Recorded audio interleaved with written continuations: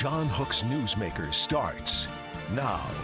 Thanks for joining us on Newsmaker. Tonight, a conversation with a young woman who has done a 180 on everything she ever believed about climate change. Lucy Biggers runs social media for the Free Press, but in her 20s, she interviewed Greta Thunberg, took part in climate protests in North Dakota pipeline, pushed plastic straw bans, promoted the Green New Deal, and lived in dread over the threat posed by global warming. Then something happened, and I find her story really, really interesting. Lucy Biggers joins me now on Newsmaker. Great to see you. Thank you so much for having me. What the heck happened? Because in your 20s, and very few people, if they're dug in on a position, change it. Yeah, for me, it was a series of small realizations over many years. I didn't have one aha moment where one day I was thinking one thing and one day I was thinking the other.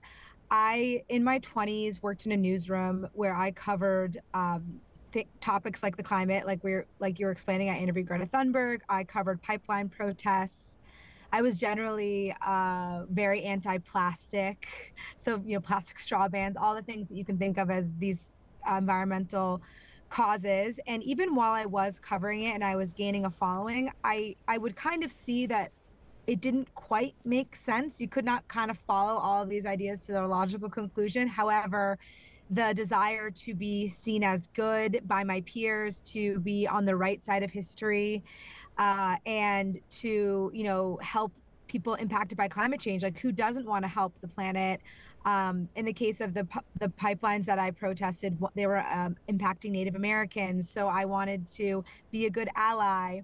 And so, yeah, I kind of always questioned, but I never really just thought I would go against the group until COVID happened. And like a lot of people, I think that was a very eye-opening experience. And for me, seeing how 1 second, the same group of people who were saying, don't use plastic, like my activist friends, we're avoiding plastic at all costs. And now it's wear your personal protective gear, and there's a plastic barriers up at every grocery store and every restaurant, and all of a sudden plastic is needed for the good of the whole. And I'm like, wait a minute, that's a really big pivot. And then also at the same time, that year of 2020, our carbon emissions went down over that whole year. It was only about 5%. And I thought to myself, wait a minute, are we trying to get to zero carbon emissions? What would that require of us as a society? We can't see grandma, we're not able to go travel and fly and all these things. And I just started to think, maybe we don't want the climate movement to have its way. So I read a few books secretly in 2021.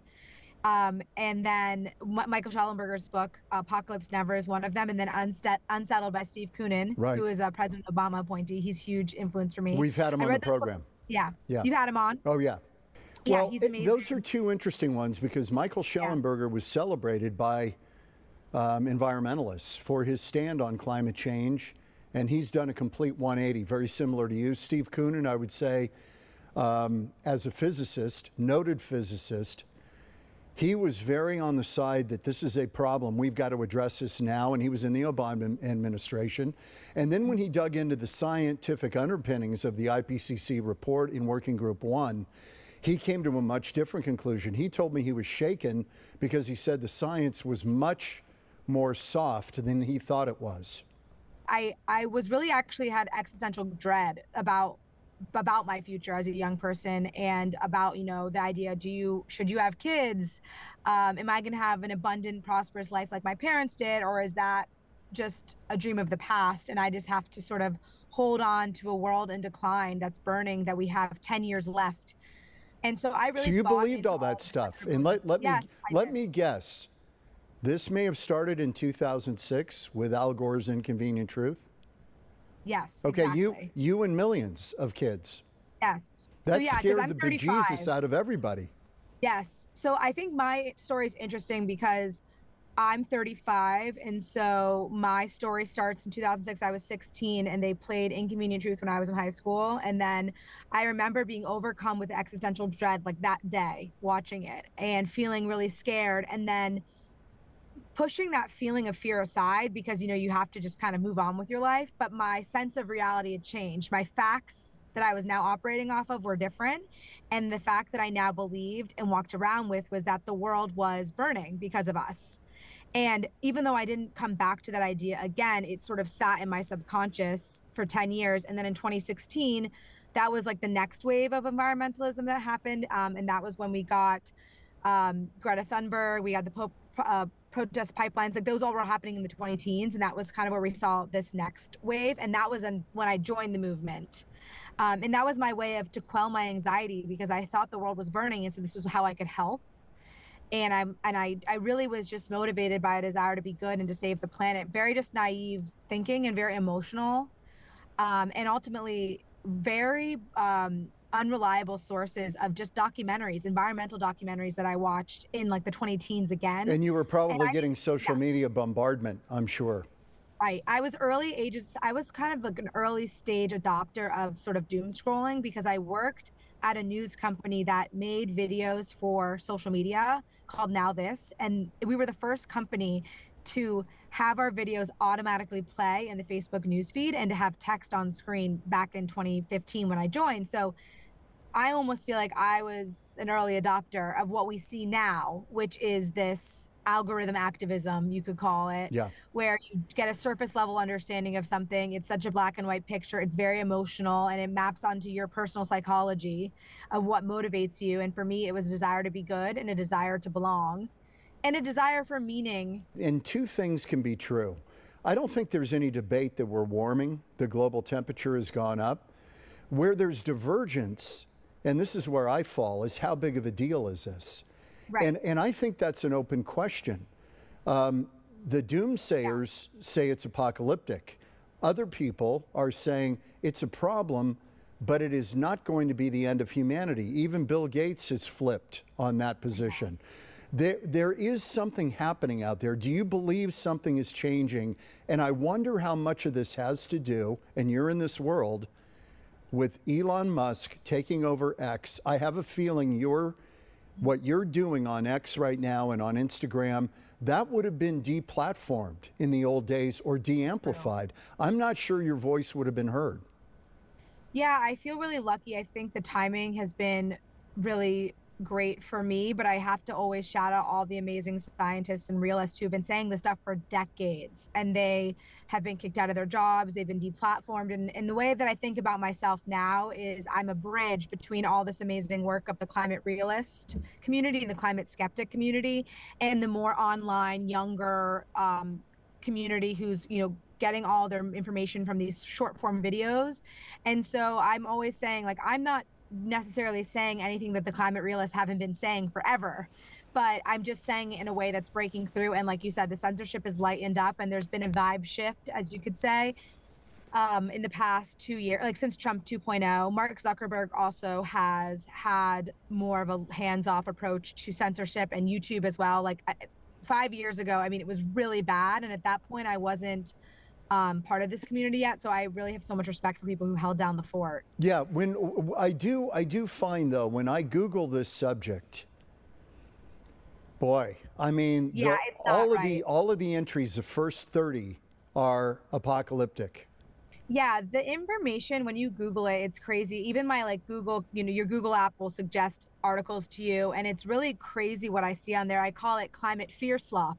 It's just like, new study says drought going to Europe next year. New study says this, new study says this. And you don't realize, or I did not realize, and now I understand, that when you see new study says, that's one study that is probably using climate models to predict the future. And may not even be peer reviewed at that point.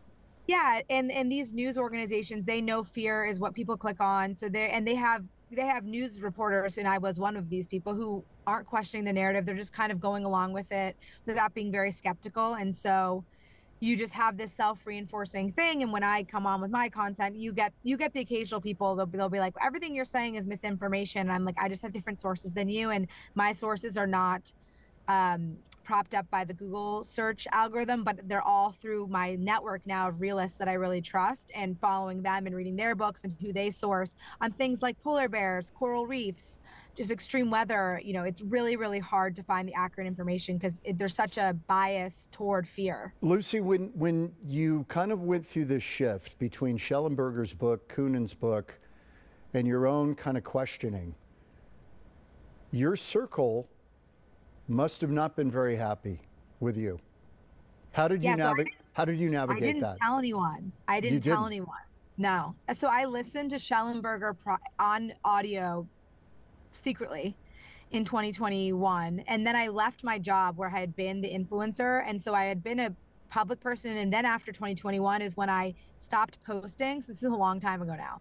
2021 I stopped posting and I left my climate activism role and my old role, and I went behind the scenes. And then so my opinion started to change, but I stopped posting, so you would never have known.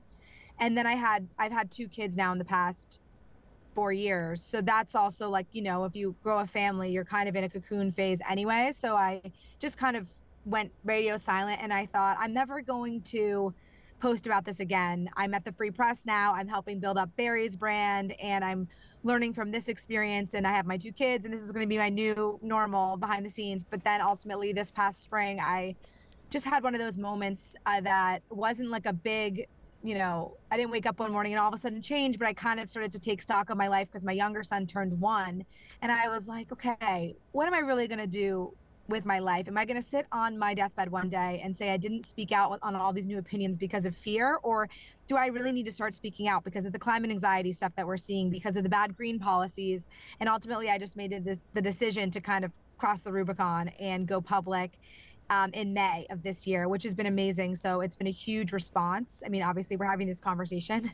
And so it's been really awesome to see how much my videos have gone viral and people are responding to them, which just reiterates to me that this was a really needed conversation, and I'm happy that I can play a part. Yep. Lucy Biggers is my guest on Newsmaker. She's the head of social media for Free Press, but she's making a lot of waves in her metamorphosis, I guess I would call it. There's no other way to put it.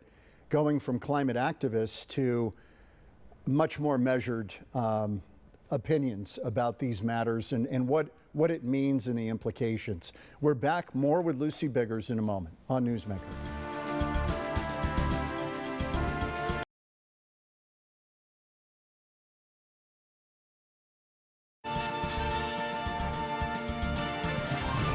Back with Lucy Biggers. She is the head of social media for the Free Press and was a big climate activist in her 20s.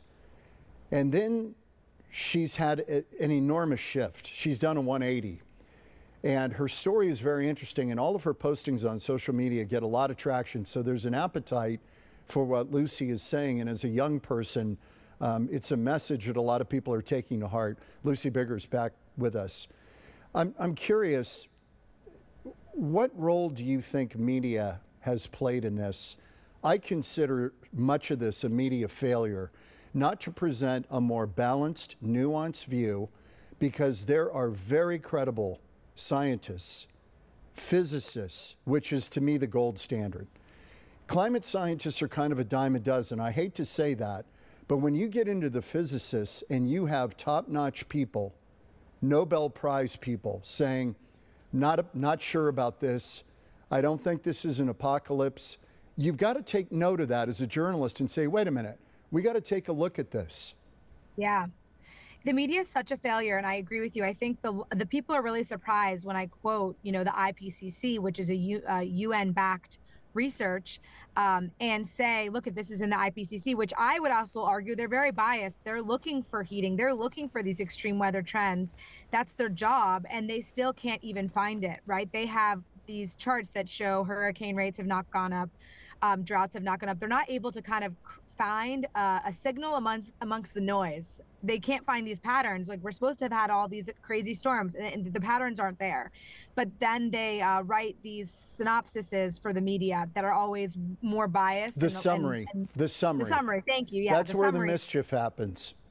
And then the newsrooms are people like me. And I remember when the IPCC, I don't know which one it was 2018 though, which was a very popular, it went viral. I don't know which working group it was off the top of my head, but there was one of the models, the RCP 8.5. Yeah, Yes. thank you. Yes. So the RCP 8.5, which was just one of the models, which was like the worst case scenario, which had like low chance of ever happening, said stuff like 20 feet of sea level rise and extreme weather. And the media ran with that and said, we have 10 years until New York City's underwater, or whatever the headlines were. So yeah, I agree with you. There's a really big problem with the media exaggerating it for clicks, and also a lack of critical thinking. I agree. In the newsrooms. Totally because agree.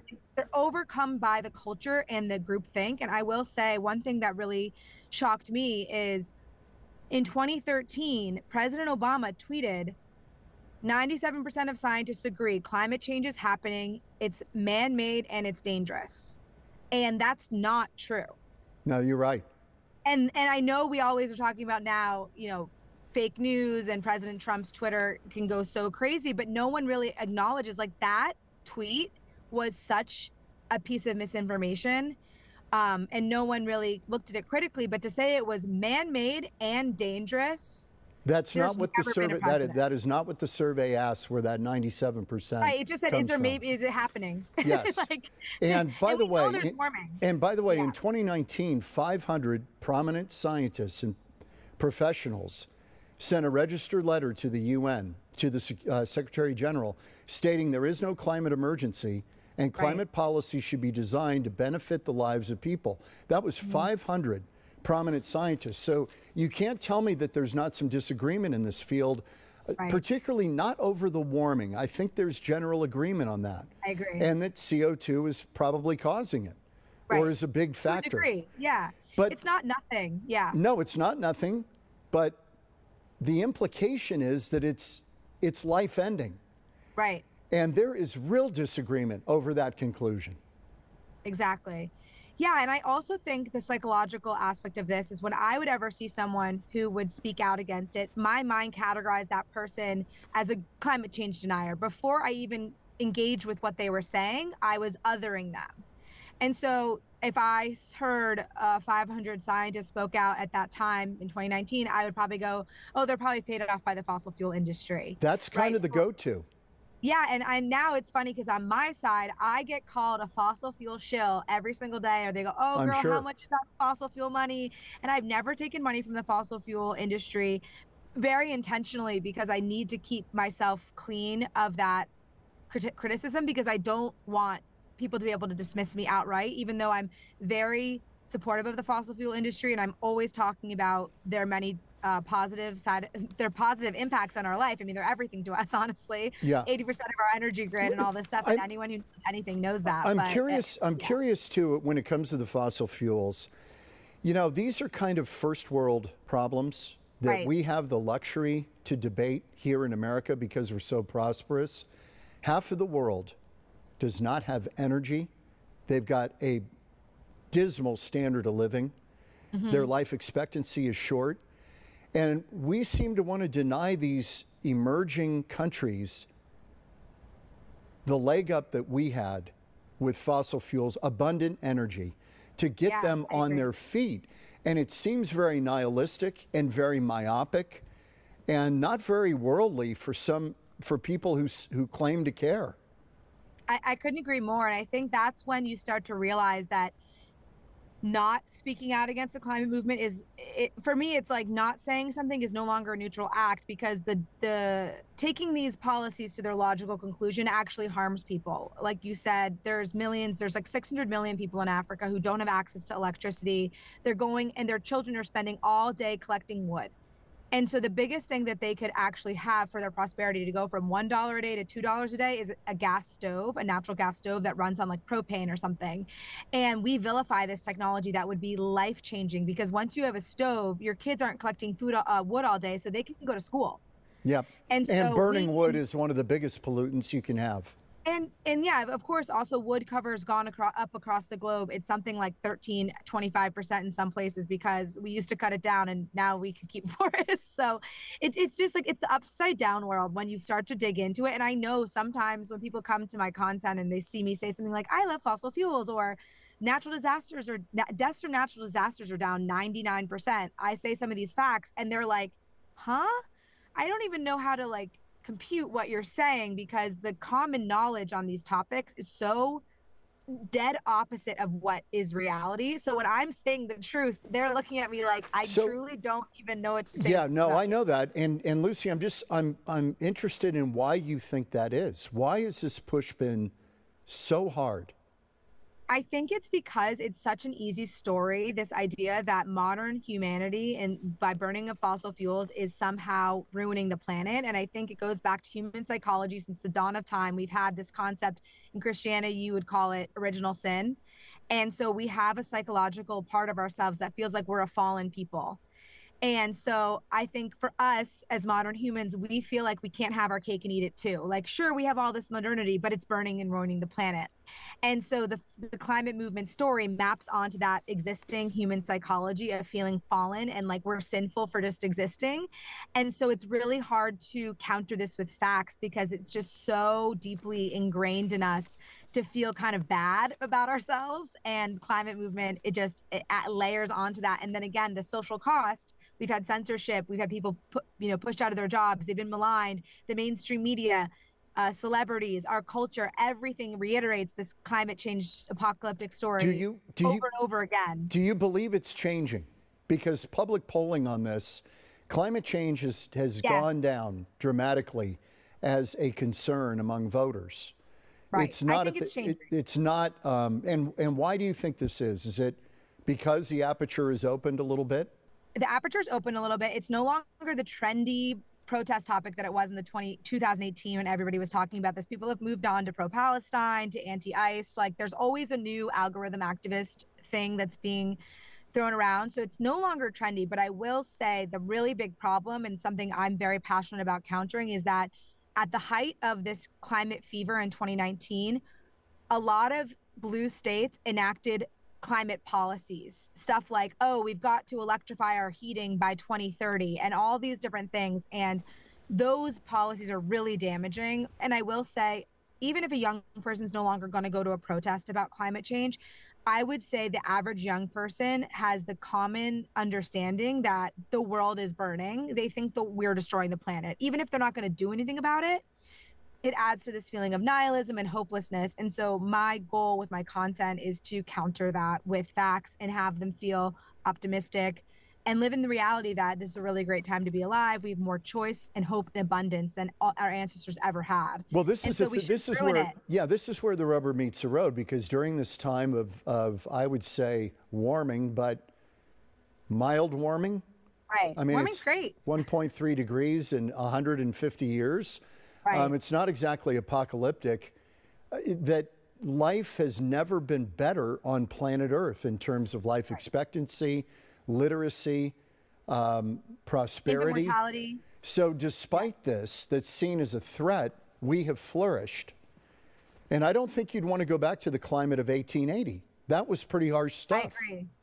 I totally agree. And unfortunately, people just don't have any historical understanding of what the climate used to be like. And during the Revolutionary War, we were coming out of a little ice age. And so we have stories of the Potomac freezing over or whatever it may be. But that doesn't mean that that was normal. We wouldn't want that. Yeah, right. Look, we're in a deep freeze in New York right now. And it's not fun. And I'm like smiling, but I'm going to say the next point, which is serious, is that 19 homeless people have died, frozen to death in New York. And this idea that we would want cold weather every winter like this versus this mild warming, which has led to milder winters. I just don't think, if you look at the statistics on colds from death versus heat, 10x more people die from cold than from heat. So heat is actually much safer than cold. We've got just a few seconds left. If people want to find your content, because young people may be interested in getting an alternative view, and that's what we're doing on this program, because for 30 years we've been inundated with one theme. And it's good to get other perspectives on here. Where can they find you? Instagram. Yeah. Lucy Biggers, just as my name. You can find me under that name on Instagram, on TikTok, on Substack, on YouTube, and then on Twitter/X, I am LL Biggers. But otherwise, you'll be able to find me anywhere. Lucy Biggers, great to see you. Thank you so much. I found your story really interesting. I started seeing your content popping up, and I'm like, who is this? What's her story? So we just got it, which is nice. Congrats on the 2 kids. 2 boys, 2 girls. What do you have? 2 boys. 2 boys. 2 boys. Oh, boy. Lucy Biggers, thank you. Great to see you. Thank you. Okay, we're back in a minute on Newsmaker.